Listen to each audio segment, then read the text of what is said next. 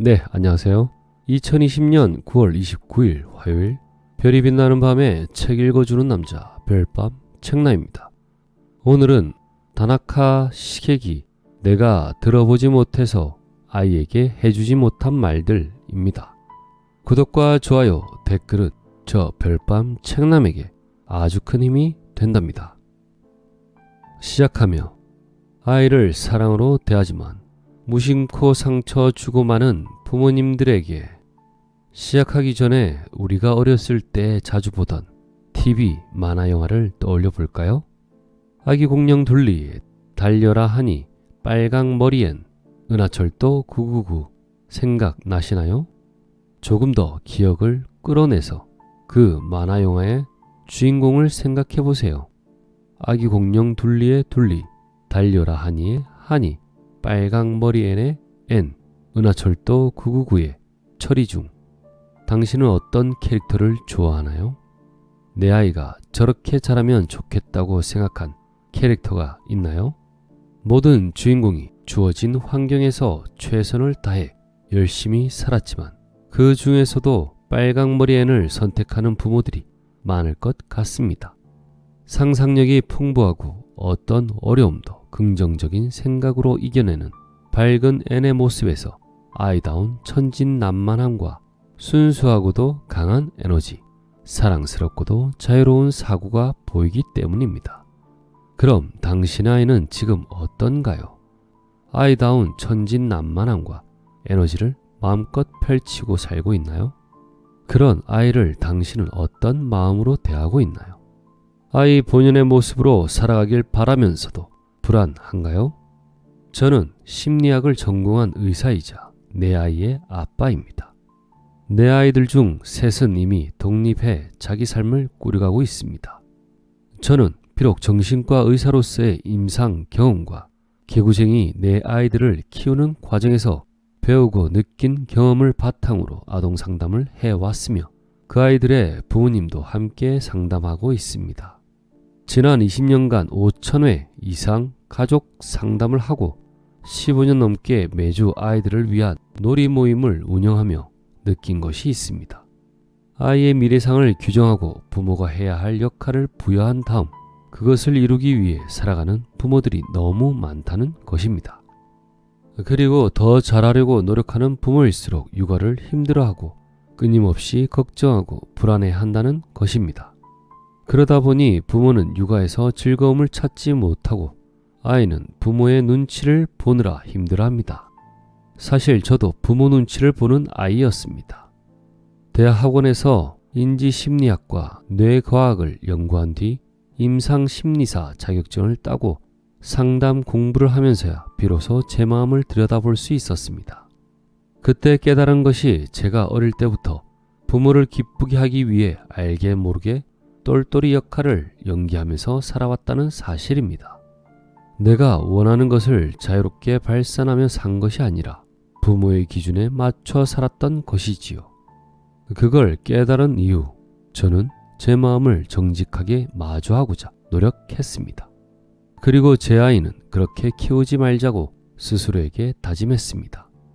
어른의 기준에 맞춰 재단하기보다 아이가 그 나이 때에 아이다움을 잃지 않고 본인의 모습으로 자랄 수 있으면 좋겠다는 생각을 했습니다.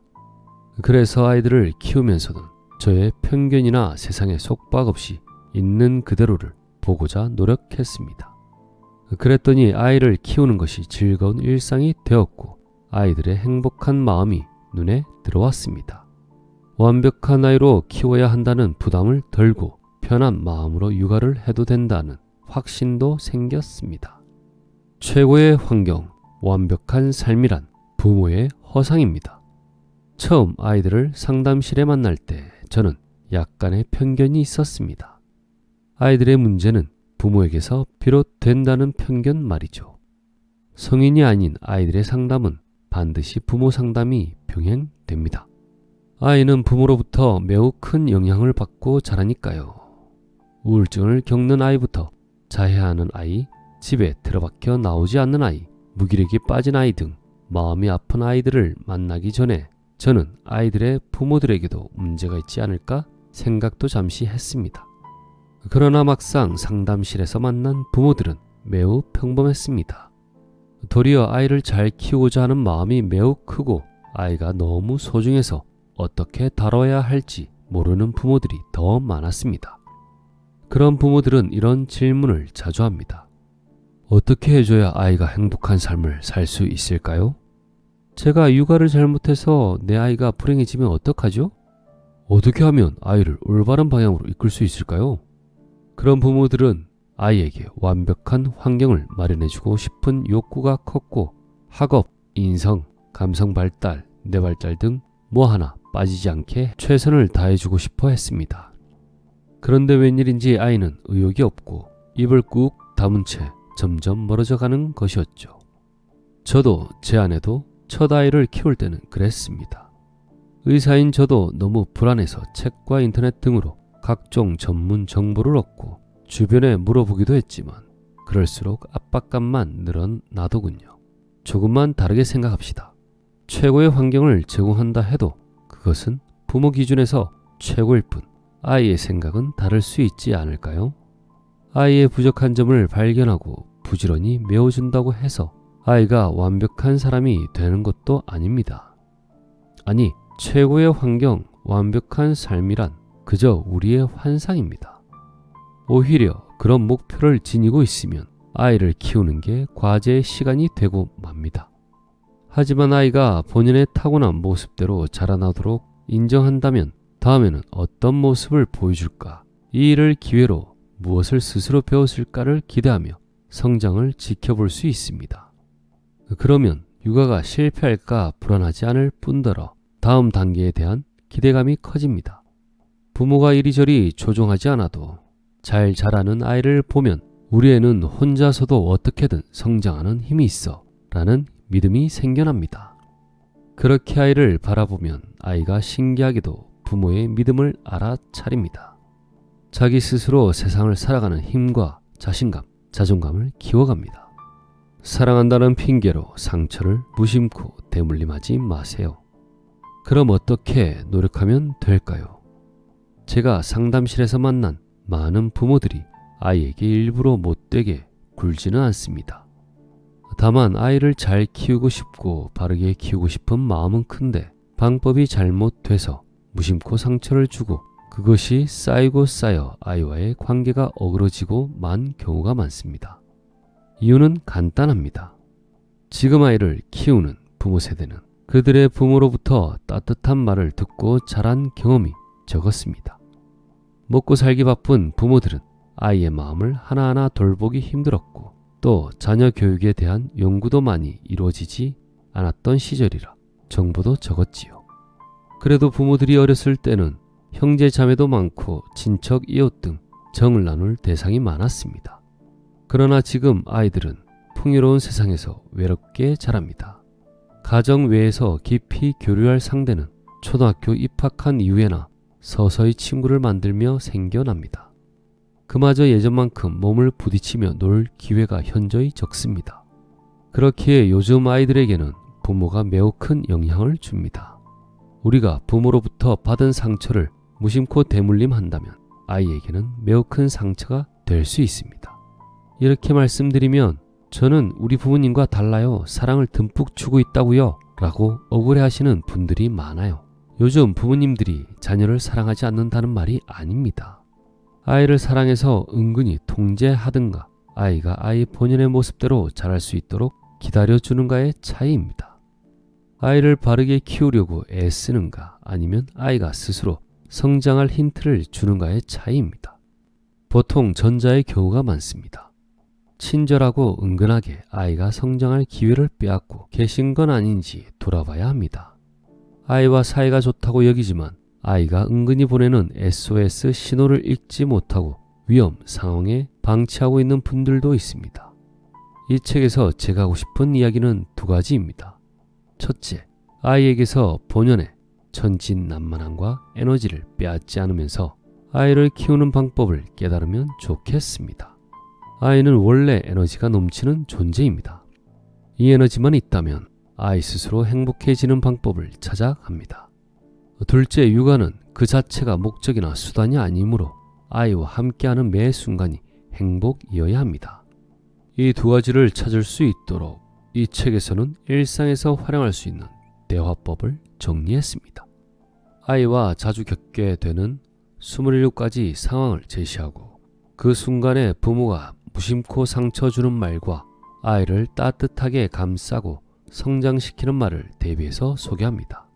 무심코 상처 주는 말은 언뜻 들으면 부모가 아이를 위해 하는 말 같지만 부모가 당장 마음 편하기 위해서 쓰는 아이들에게서 천진난만함과 에너지를 빼앗는 말입니다.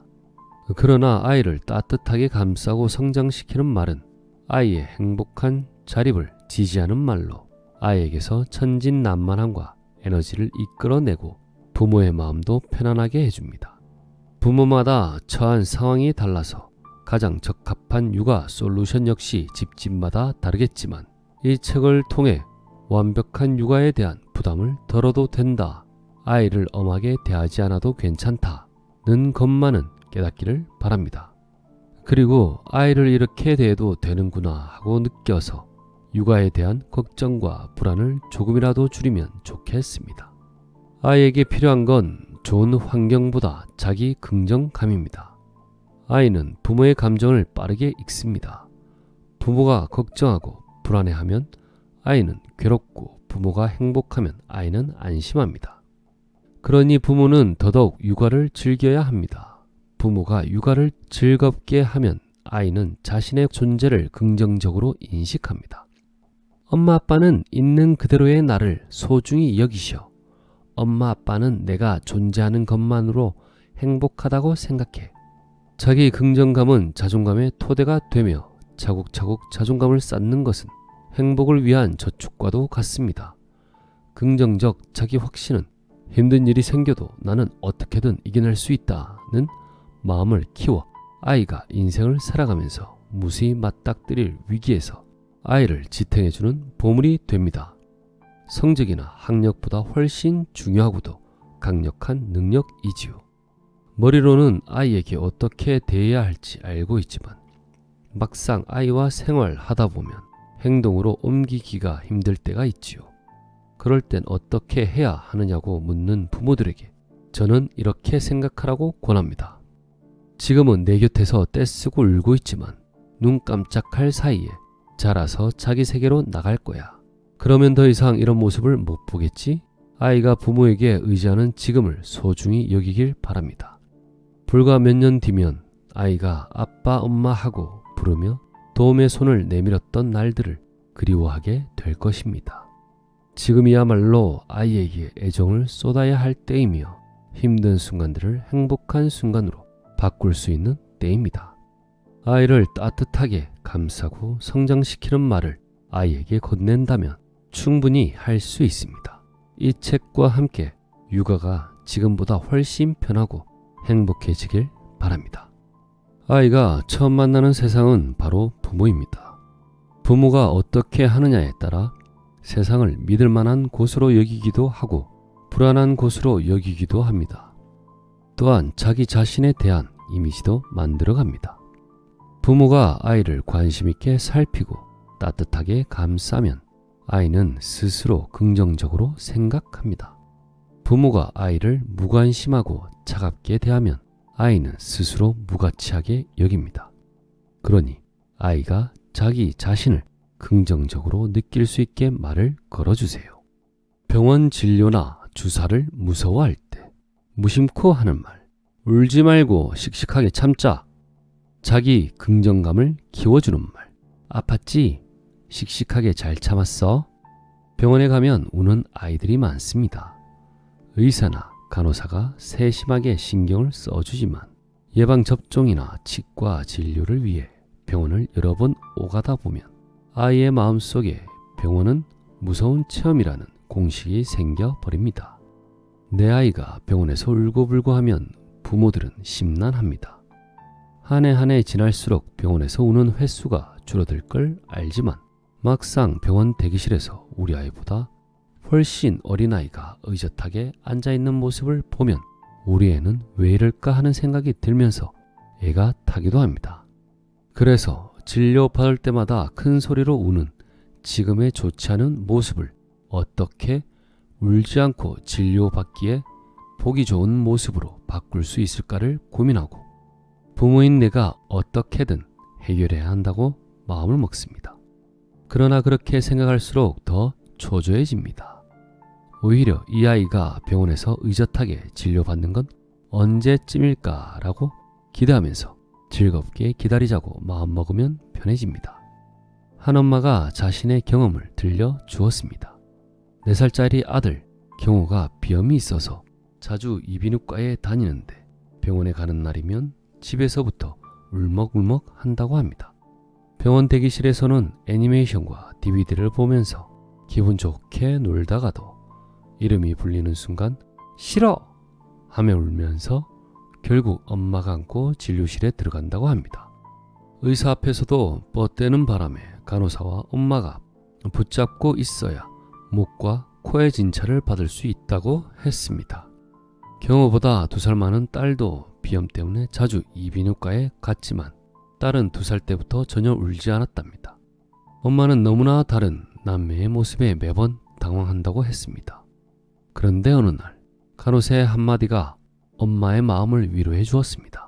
울지 않는 아이도 있고 어느 정도 클 때까지 한동안 우는 아이도 있으니 너무 신경 안 쓰셔도 돼요. 이때부터 엄마는 그럼 내 아들은 어느 정도 클 때까지 우는 성향이구나 라고 생각하기로 했습니다. 그런데 얼마 지나지 않아 경호의 태도가 달라지기 시작했습니다. 병원 대기실에서 DVD도 보지 않고 앞을 응시한 채 가만히 앉아있다가 자기 이름이 불리자 엄마가 뭐라고 말하기도 전에 제 발로 걸어서 진찰실에 들어갔습니다.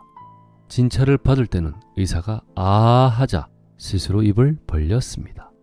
의사와 간호사들이 오늘은 아주 멋지구나 라고 칭찬하자 경호도 만족스러운 표정을 지었습니다. 엄마는 그때의 심정을 이렇게 들려주었습니다. 이전과는 다른 아들의 행동을 보면서 경호도 진찰실에서 우는 것이 싫었나 보다라는 생각이 들었습니다. 다른 아이들처럼 울지 않고 해내고 싶었겠지요. 그리고 훌륭하게 해냈습니다. 그런데 제 마음이 참 이상했어요. 경호가 언젠가 울지 않고 진찰받을 날이 올 거라 생각했지만 막상 그날이 오니 왠지 쓸쓸했어요. 이젠 아들을 안고 진찰실에 들어갈 일이 없겠구나 싶어서요. 울고 싶지 않았지만 자꾸 울음이 나와 가장 곤란한 사람은 아마 경호 자신이었을 겁니다. 그리고 이제 경호는 한 단계 성장했습니다. 그런 경호의 모습을 보면서 엄마는 대견하면서도 이제 더 이상 엄마의 손길을 필요로 하지 않는 것 같아 마음 한편이 쓸쓸했나 봅니다. 아이들은 하나하나 단계를 밟아가며 성장합니다. 이런 일은 어느 아이한테나 일어날 수 있는 성장의 과정입니다. 만약 경호 엄마가 이 과정을 내가 해야 할 번거로운 일로 생각했다면 달라진 아이의 모습에 그저 마음을 놓았을지 모릅니다. 아, 이 단계는 지나갔구나. 그렇지만 앞으로 내가 해야 할 일들은 여전히 많이 남아있어. 부모로 사는 건 참 힘들다. 이렇게 말입니다. 그러나 경호 엄마가 그랬듯 씨앗에서 싹이 나오길 기다리는 마음으로 아이를 기다려준다면 어떨까요? 아이가 처음 엄마라고 불렀을 때나 무언가를 붙잡고 홀로 섰을 때처럼 아이가 세상을 향해 힘을 키워가는 멋진 순간을 감정적인 시선으로 바라보게 될 것입니다. 그리고 다음엔 어떤 일로 나에게 감동을 줄까 하며 다음 단계의 성장을 기다릴 테지요. 아이를 어떻게 잘 키우지? 그러려면 무엇을 해야 하지?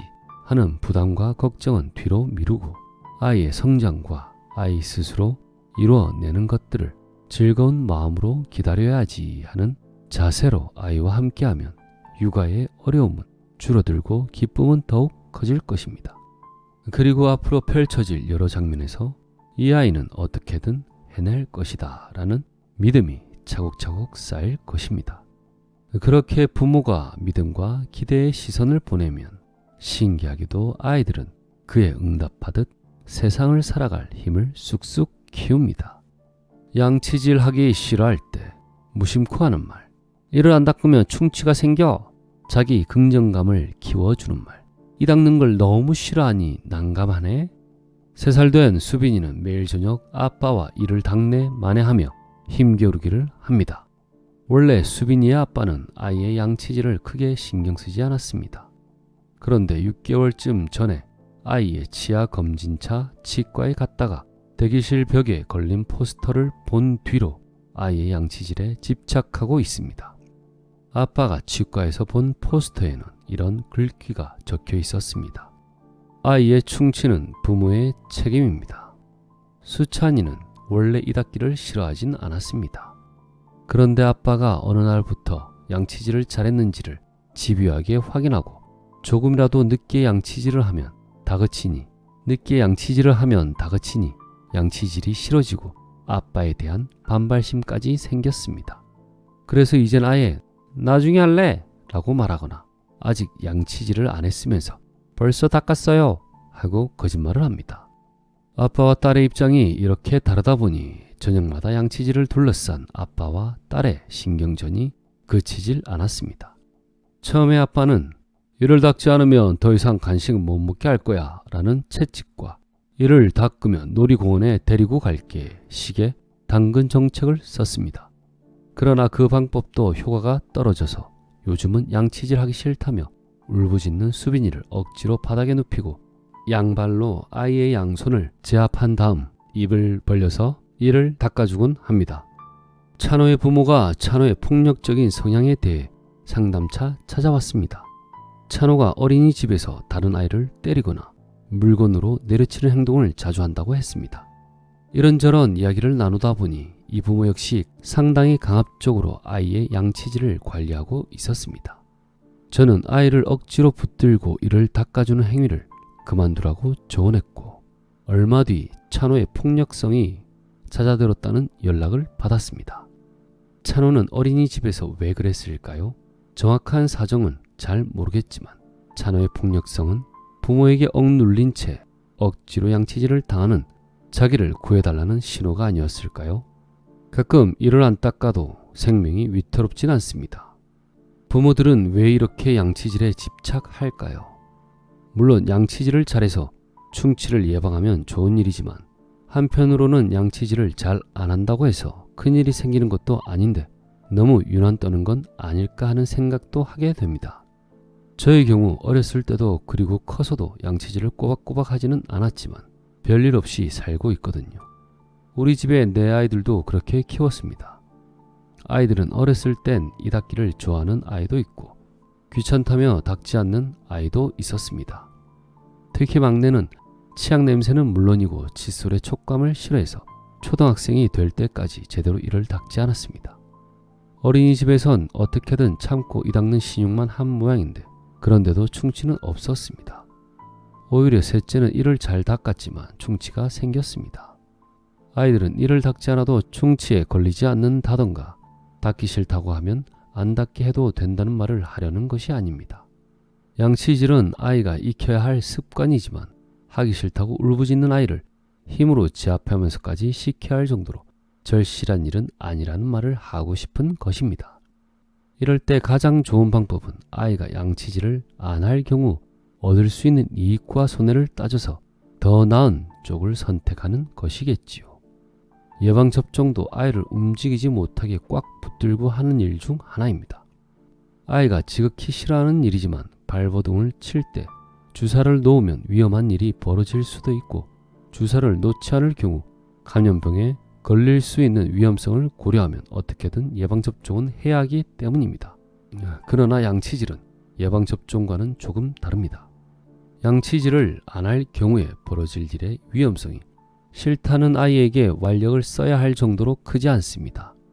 오히려 강압적으로 양치질을 시키는 과정에서 아이는 양치질에 대한 거부감을 키우고 부모는 육아 스트레스를 받을 수 있습니다. 어느 쪽이 육아를 즐거운 과정으로 만들어주게 될지는 조금만 생각해보면 알 것입니다. 그러다가 앞으로 계속 양치질을 안 하면 어떡해요? 남의 집 아이들은 치아 관리를 잘하는데 우리 집 아이만 이가 썩게 방치할 수는 없어요. 물론 부모들의 이런 걱정을 잘 알고 있습니다. 하지만 양치질 습관은 당장 해결해야 하는 일도 아니고 괴롭지만 반드시 풀어야 하는 난제도 아닙니다. 게다가 초등학생이 되면 아이 스스로 이를 닦게 돼 있습니다. 좀 더 자라 사춘기가 되고 좋아하는 이성 친구가 생기면 구강청결제니 민트껌이니 하는 각종 구강용품을 챙기며 지하 상태에 신경 쓸 수밖에 없고요. 그러므로 양치질이라는 습관은 아이가 자연스럽게 할 때까지 느긋하게 기다려도 괜찮습니다.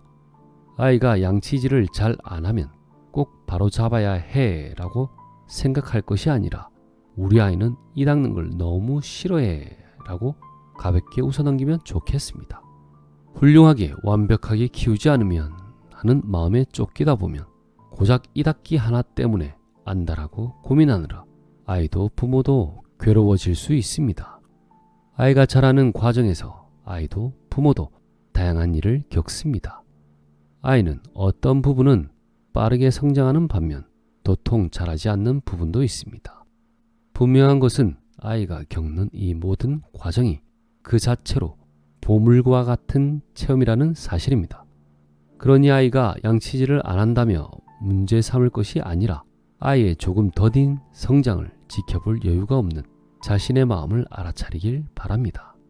그래서 앞으로 아이의 성장을 느긋하게 지켜볼 수 있기를, 아이가 지금 이 닦기를 싫어하는 것쯤은 문제도 아니야 라고 편안하게 받아들일 수 있기를 바랍니다. 그러면 집안 풍경도 달라질 것입니다. 오늘의 책은 여기까지입니다. 나머지 부분은 책으로 만나보시길 바랍니다. 코로나19 때문인지 덕분인지 밖에서 일하는 아내 대신 집에서 나홀로 육아를 하며 아이와 함께하는 시간이 많아진 요즘, 아이와의 소통에 많은 힘을 쏟고 있는 매일 두 번째 에피소드에 나와 있는 강압적으로 양치질하기 라는 대목에서 본인도 하고 있는 내용이라 웃기면서 마음 아픈 부분이었다. 그렇다고 내버려두면 뭐 크게 지장은 없겠지만 폭력적인 성향이 줄어든다면, 내려놓기 힘든 건 사실이지만 강압은 내려놓는 게 100번 맞다는 생각이다. 큰소리와 강압, 육아의 필수템이었는데 하는 내내 마음 한켠이 불편했다는 게 솔직한 심정이었다. 이번 기회에 큰소리와 강압은 내려놓고 친근한 어투와 여유로운 자세로 아이와 함께 해야겠다는 다짐을 해본다. 책에 목차에 잘못된 행동과 추천하는 행동이 있으니 목차만 훑어보는 것만으로 많은 생각을 하게 도와줍니다. 지금까지 별이 빛나는 밤에 책 읽어주는 남자 별밤 책남이었습니다. 함께 해주셔서 고맙습니다. 부디 행복한 하루 되시고 오늘도 사랑하세요.